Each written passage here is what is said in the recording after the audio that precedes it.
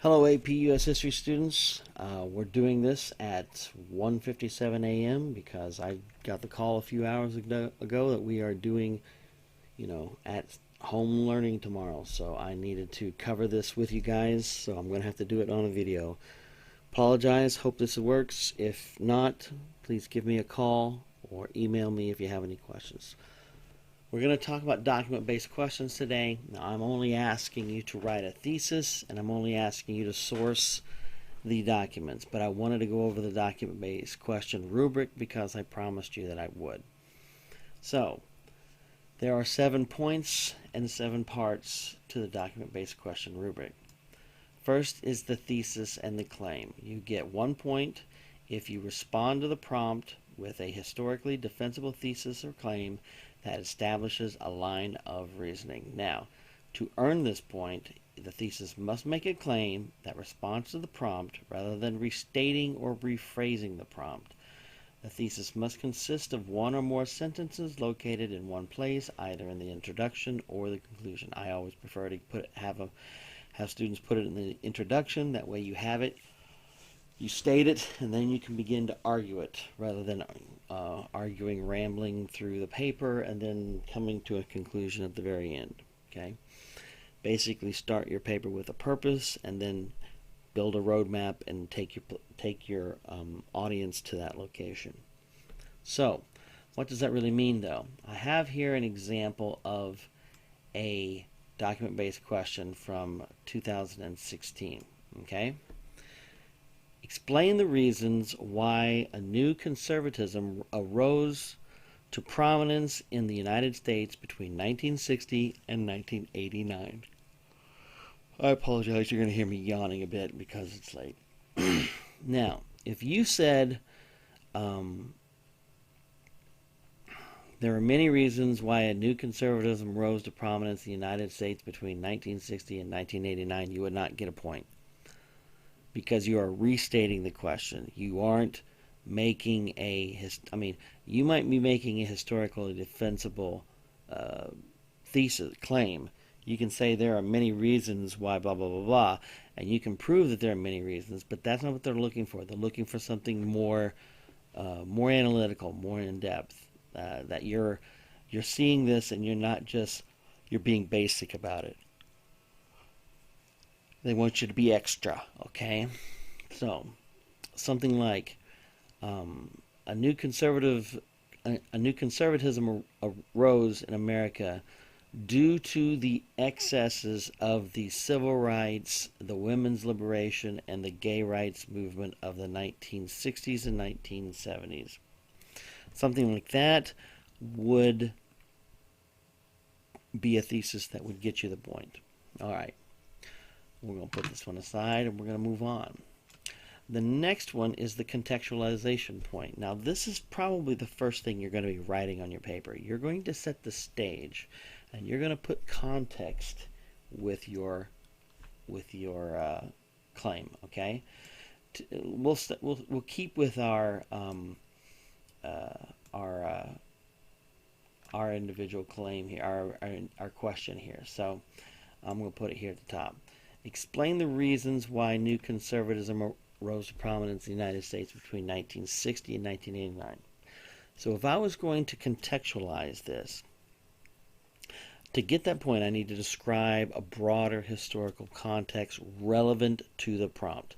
And like it says there on the side, to earn this point, the response must relate to topics of the prompt and broader historical events, developments, or processes that occur before, during, or continue after the time frame of the question.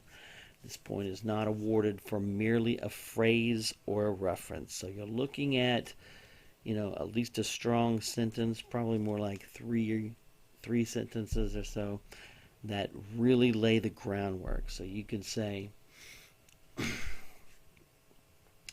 the 1960s were a very turbulent decade, along with many significant assassinations, such as Martin Luther King and Robert Kennedy.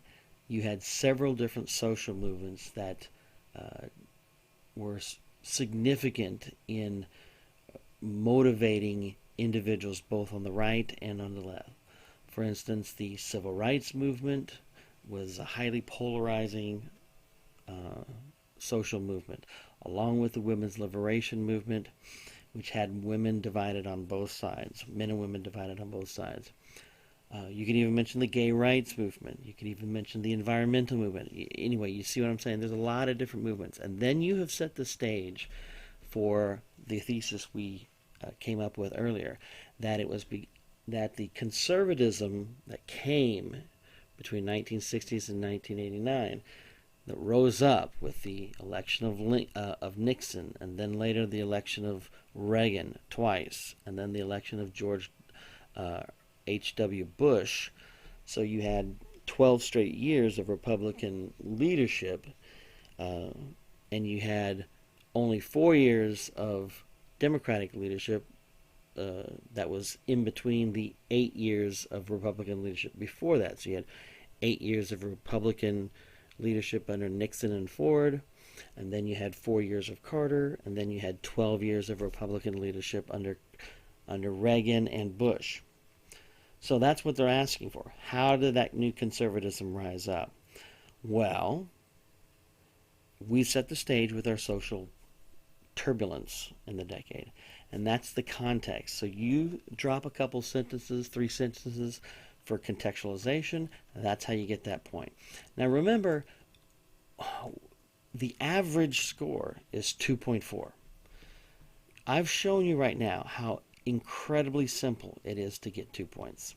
Those are really 2 no-brainer points, and there are even easier points to get. Okay, moving down, evidence, you can get up to 3 points. Okay, evidence from the documents, you get 1 point if you use the content of at least 3 documents to address the topic of the prompt, or you can pick up 2 points if it supports an argument in response to the prompt using at least 6 documents. Okay, to earn 1 point, the response must accurately describe rather than simply quote. In fact, quotes are forbidden in my class. You cannot quote a document because they're not looking for you to vomit back at them what the document says. They want your analysis. They want you to describe the document, and you're not describing if you're quoting from it. You're letting the document speak for itself. That doesn't necessarily know. Someone who reads that quote doesn't necessarily know whether you know the document or not. But if you describe it and put it in your own words, then they can evaluate that. So describe rather than simply quote the content from at least 3 of the documents.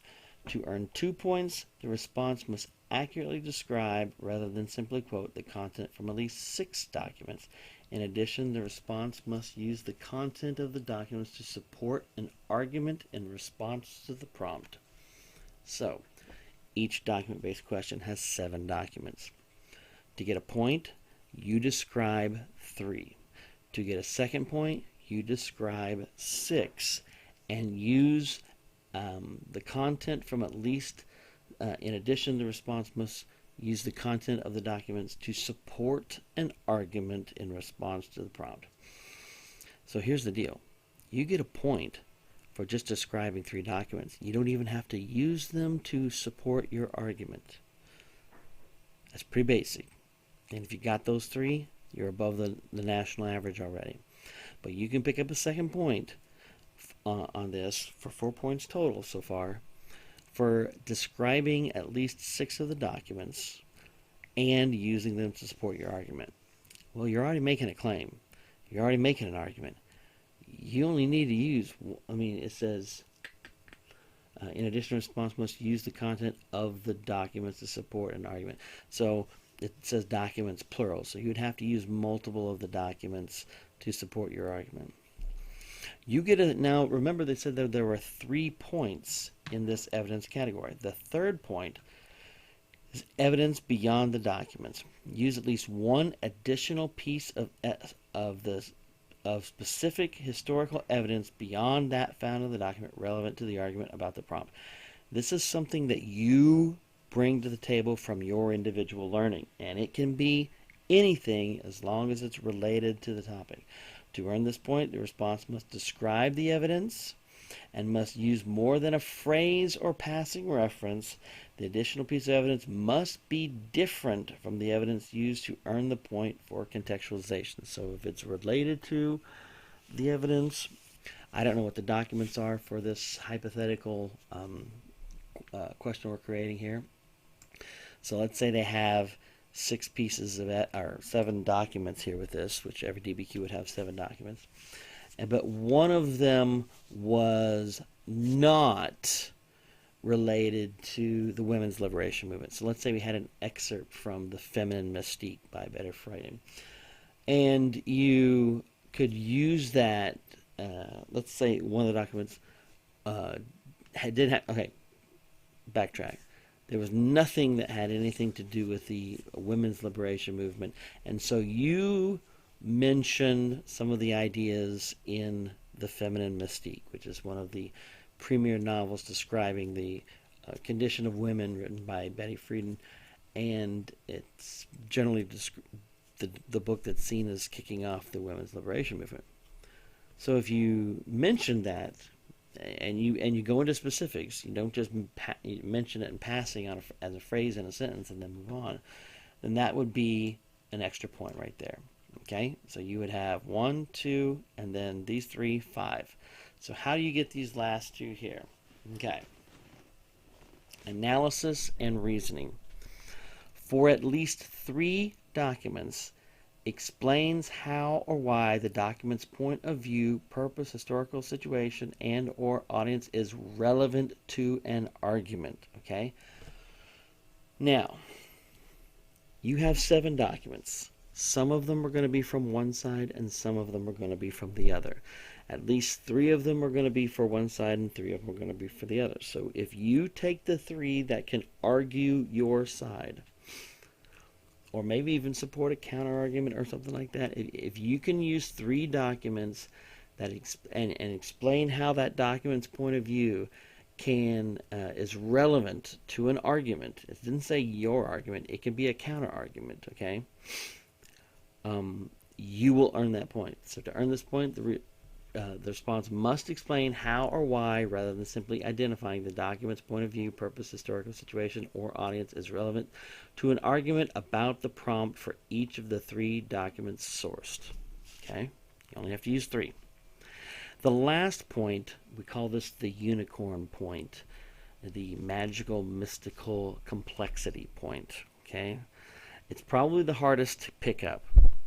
It's not impossible at all, but it's not going to be something that you're going to get without intentionally going after it. You're not going to accidentally fall into this complexity point.